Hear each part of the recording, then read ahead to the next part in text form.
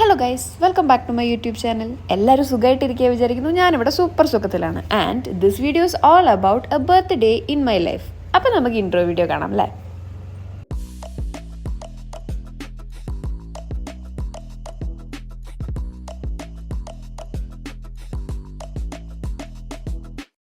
എൻ്റെ ബർത്ത്ഡേ അതായത് ജൂലൈ 9 അന്ന് തന്നെ കൊണ്ട് ഒരു ഭാരത് ബന്ദ് വെച്ചു. പിന്നെ ബാംഗ്ലൂർ ആയതുകൊണ്ട് ഞാൻ രക്ഷപ്പെട്ടു. ഇത് ബാംഗ്ലൂരിലെ ഭാരത് ബന്ദ് സീൻസ് ആണ് കേട്ടോ. ഇവിടെ അതൊന്നും എഫക്റ്റ് ആവില്ല. ആസ് യൂഷ്വൽ ട്രാഫിക് ഉണ്ട്, എല്ലാം ഓപ്പൺ ആണ്, ഓഫീസസ് ആർ വർക്കിംഗ്. ബട്ട് ഞാൻ ലീവ് എടുത്തു and decided to go for a solo date today.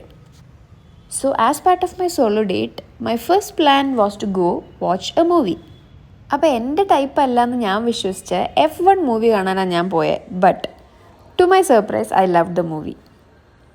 F1 ലവറോ ഫാനോ ഒന്നും അല്ലാഞ്ഞിട്ടും എനിക്ക് മൂവി ഇഷ്ടമായതുകൊണ്ട് I considered my first plan a success. പിന്നെ ഇതിൻ്റെ ഇടയിൽ എനിക്ക് ലഞ്ച് കഴിക്കാനായിട്ടൊരു സെപ്പറേറ്റ് ടൈം കിട്ടില്ല എന്ന് എനിക്ക് മനസ്സിലായി. Because I have packed plans after this. അങ്ങനെ PVR മോമോസ് ആയിരുന്നു എൻ്റെ അന്നത്തെ ലഞ്ച്.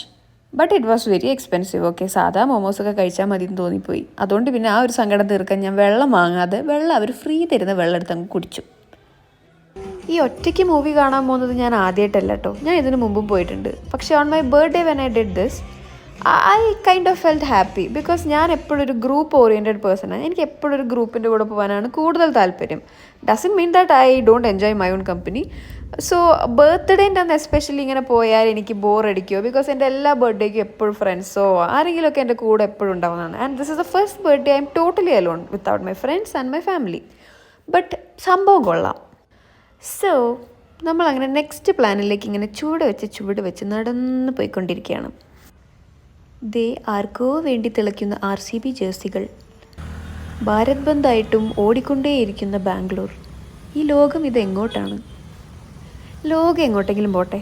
അപ്പം ഞാൻ വന്നിട്ടുള്ളത് കബൺ പാർക്കിലേക്കാണ്. എൻ്റെ നെക്സ്റ്റ് പ്ലാൻ. അതായത് എൻ്റെ ബാക്കിൽ ഒരു ബാഗും തൂക്കി നടക്കുന്ന കണ്ടില്ലായിരുന്നു. അതിൻ്റെ ഉള്ളിൽ ഞാനൊരു ബെഡ്ഷീറ്റാണ് എടുത്ത് വെച്ചിട്ടുള്ളത്. കബൺ പാർക്കിൻ്റെ ഉള്ളിൽ പോയി ബെഡ്ഷീറ്റെല്ലാം വിരിച്ച് വൈബ് ചെയ്യുക. ഇതാണ് ഇന്നത്തെ പരിപാടി. ആദ്യമേ വെള്ളമൊന്നും വാങ്ങിപ്പോയില്ലെങ്കിൽ ഇനി അതിൻ്റെ ഒത്ത നടുവിലെത്തിക്കഴിഞ്ഞിട്ട് എനിക്ക് ദാഹിക്കുന്നതെന്ന് തോന്നിക്കഴിഞ്ഞാൽ തിരിച്ച് അത്രയും ദൂരം ഞാൻ പുറത്തേക്ക് നടന്നു വന്നാലേ വെള്ളം കിട്ടും. കബൺ പാർക്കിൻ്റെ ഉള്ളിൽ നമുക്ക് ഷോപ്സ് കിട്ടില്ല. സോ ബുദ്ധിപൂർവ്വം ഞാൻ വെള്ളം ആദ്യമേ വാങ്ങി. ഇതിനു മുമ്പ് ഞാൻ ഫ്രണ്ട്സിൻ്റെ കൂടെ ഇവിടെ ഇങ്ങനെ വന്ന് ബെഡ്ഷീറ്റെല്ലാം വിരിച്ച് ഞങ്ങളെല്ലാവരും കൂടെ ഇവിടെ കാർഡ്സ് എല്ലാം കളിച്ച് കൊതുവിനെല്ലാം ഹണ്ട് ചെയ്തിട്ട് ഞങ്ങൾ പോയിട്ടുണ്ടായി. അപ്പോൾ എനിക്ക് ഉണ്ടായതാണ് എനിക്ക് ഒറ്റയ്ക്ക് ഒരു ദിവസം വന്ന് ഇവിടെ ബെഡ്ഷീറ്റെല്ലാം വിരിച്ചിരിക്കണം എന്നുള്ളത്. അതെന്തായാലും എൻ്റെ ബർത്ത്ഡേൻ്റെ അന്ന് തന്നെ അങ്ങ് നടന്നു. പക്ഷേ എനിക്കൊരു അബദ്ധം പറ്റി. ഒറിജിനൽ പ്ലാൻ എന്തായിരുന്നു എന്ന് വെച്ച് കഴിഞ്ഞാൽ ഞാനിവിടെ വരുന്നു, ബെഡ്ഷീറ്റെല്ലാം വിരിച്ച് എന്തായാലും ഒറ്റയ്ക്കല്ലേ വന്നത്. അപ്പോൾ ഒരു ബുക്കെല്ലാം എടുത്ത് ഈ നേച്ചറിൻ്റെ ഉള്ളിലിരുന്ന് ഇങ്ങനെ ബുക്കെല്ലാം വായിച്ച് സെറ്റാവാം എന്നാണ് വിചാരിച്ചത്. ബട്ട് അത് നടന്നില്ല. ബിക്കോസ് ബെഡ്ഷീറ്റെല്ലാം എടുക്കുന്ന തിരക്കിൽ ഞാൻ ബുക്ക് എടുക്കാൻ മറന്നുപോയി. പിന്നെ ഇപ്പം എന്താ ചെയ്യുക, എന്തായാലും ബെഡ്ഷീറ്റും കൊണ്ടുവന്നു. കബൺ പാർക്കിൽ എത്തുകയും ചെയ്തു. ഞാൻ പിന്നെ അവിടെ അങ്ങ് ഇരുന്നു, നല്ലൊരു സ്പോട്ട് നോക്കി. എന്നിട്ടിങ്ങനെ വീക്ക് ഡേ അല്ലേ, അധികം ആൾക്കാരൊന്നുമില്ല. അവിടെ ഇവിടെയും കുറച്ച് കപ്പിൾസൊക്കെ ഉള്ളൂ. ഞാൻ പിന്നെ അങ്ങോട്ടും ഇങ്ങോട്ടൊക്കെ നോക്കി, കുറച്ച് ആൾക്കാരെല്ലാം നോക്കി, കുറച്ച് പട്ടികളെല്ലാം നോക്കി, അങ്ങനെ കുറച്ച് നേരം ഫോണും നോക്കി.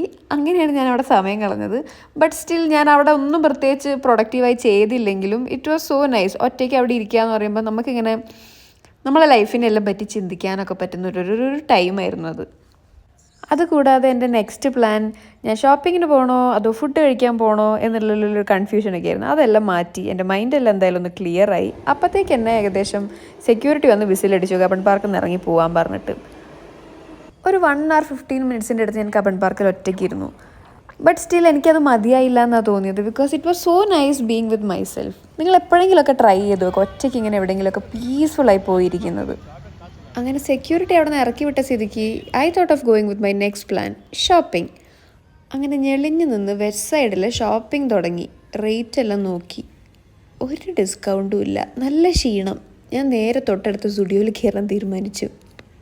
ബർത്ത്ഡേ എല്ലാം ആയതുകൊണ്ട് അമ്മയും അച്ഛനും കുറച്ച് പൈസ തന്നായിരുന്നു. കൂട്ടത്തിൽ ഞാൻ എൻ്റെ കോൺട്രിബ്യൂഷനും കൂടെ ഇട്ടിട്ട് കുറച്ചധികം ഡ്രസ്സ് വാങ്ങാൻ വെച്ചു. അത് വെസ്റ്റ് സൈഡ് പോയാൽ ഞാൻ മേ ബി ഒരു 2 ഡ്രസ്സിൽ ഒതുക്കേണ്ടി വരും. അപ്പോൾ സ്റ്റുഡിയോയിൽ വന്നാൽ നമുക്ക് കുറേ ഡ്രസ്സും കുറേ സാധനങ്ങളും വാങ്ങാമല്ലോ. ഒറ്റയ്ക്കുള്ള ഈ ഷോപ്പിംഗ് ഞാൻ ഇതിന് മുന്നേ 1 വട്ടം ഓർ 2 വട്ടം, എനിക്ക് തോന്നുന്നു 1 വട്ടമേ ഞാൻ വന്നിട്ടുള്ളൂ. ബട്ട് ആ ടൈം ഞാൻ അത്ര അതങ്ങോട്ട് എൻജോയ് ചെയ്തില്ല. ബിക്കോസ് ഐ വാസ് ലൈക്ക് ആരും ഇല്ല ഒന്ന് ചോദിക്കാൻ, ഒരു അഭിപ്രായം ചോദിക്കാൻ എന്നുള്ളൊരു രീതിയിലായിരുന്നു. But this time I enjoyed the solo shopping. നല്ല രസമുണ്ടായിരുന്നു. കുറേ ഡ്രസ്സെല്ലാം എടുത്ത് വന്ന് സ്വന്തമായി ട്രൈ ചെയ്തു. ഈ ഡാൻസ് കളിക്കുന്നത് സ്റ്റുഡിയോയിൽ വെച്ചിട്ടുള്ള മ്യൂസിക്കിനാട്ടോ, അല്ലാതെ എനിക്ക് ഭ്രാന്തൊന്നായിട്ടാണെന്ന് ആരും വിചാരിക്കരുത്. അപ്പോൾ ഇത്രയും ഡ്രസ്സ് ഞാൻ ട്രൈ ചെയ്തു. അതിൽ ആ ഗ്രീൻ ടോപ്പ് ഒഴിച്ച് ബാക്കിയെല്ലാം ഞാൻ ആ ജീൻസും ടോപ്സും എല്ലാം എടുത്തു.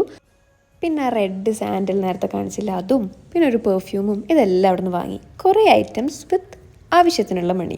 അങ്ങനെ ഞാൻ നല്ല സെൽഫ് സാറ്റിസ്ഫാക്ഷനോട് കൂടി സ്റ്റുഡിയോയിൽ നിന്ന് ഇറങ്ങി. ആൻഡ് ഇപ്പോഴത്തേക്കെന്നെ ഞാൻ ഏകദേശം ക്ഷീണിച്ചു കേട്ടോ, രാത്രിയായി സമയം.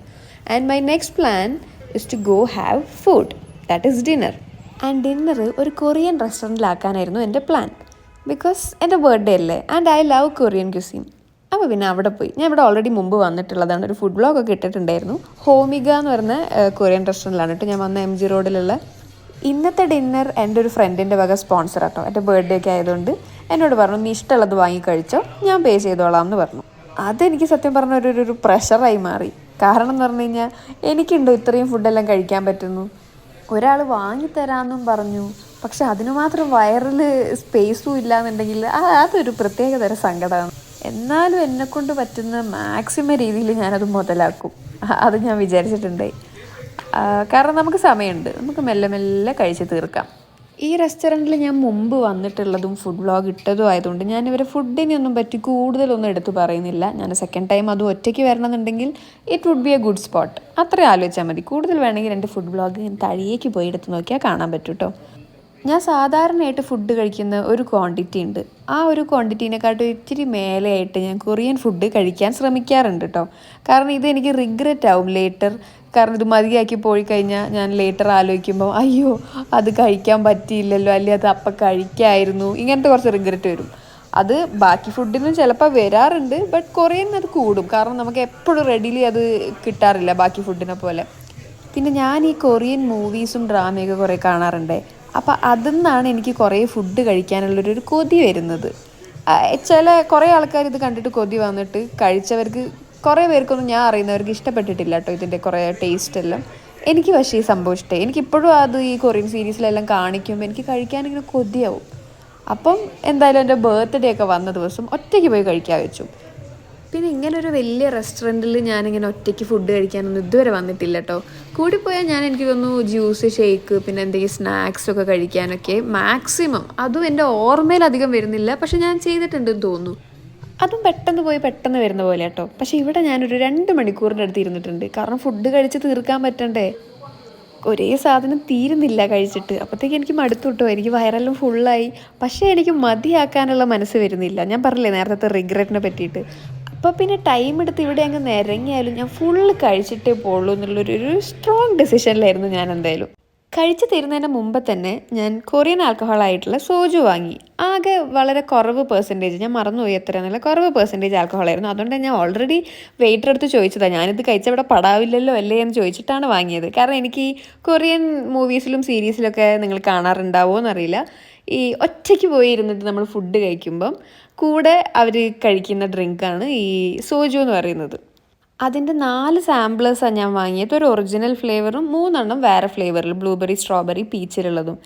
ഏകദേശം 2 എണ്ണം കഴിഞ്ഞപ്പോൾ തന്നെ എനിക്ക് മടുത്തു. പിന്നെ ഞാൻ പറഞ്ഞല്ലോ റിഗ്രറ്റ്, ഞാൻ മുഴുവൻ കുടിച്ചു കേട്ടോ. ഞാൻ എന്നെ തന്നെ ഒരു കൊറിയൻ മൂവിയിൽ പ്രതിഷ്ഠിച്ചിട്ടാട്ടോ ഇതെല്ലാം ഞാൻ ചെയ്യുന്നത്. നല്ല രസം, ഞാനിങ്ങനെ അതിൽ കാണുന്ന പോലെയാണ് ഞാനിപ്പോൾ ചെയ്തുകൊണ്ടിരിക്കുന്നത്.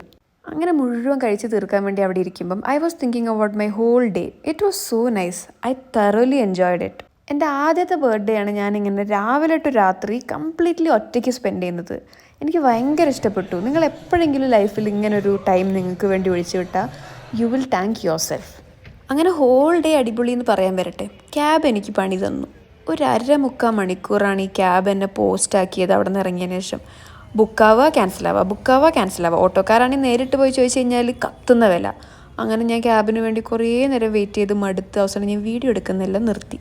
അപ്പം ഈ വീഡിയോ നിങ്ങൾക്ക് ഇഷ്ടപ്പെട്ടിട്ടുണ്ടെങ്കിൽ please like, share and subscribe മറക്കല്ലേ. അപ്പം അത്രയേ ഉള്ളൂ. Thank you.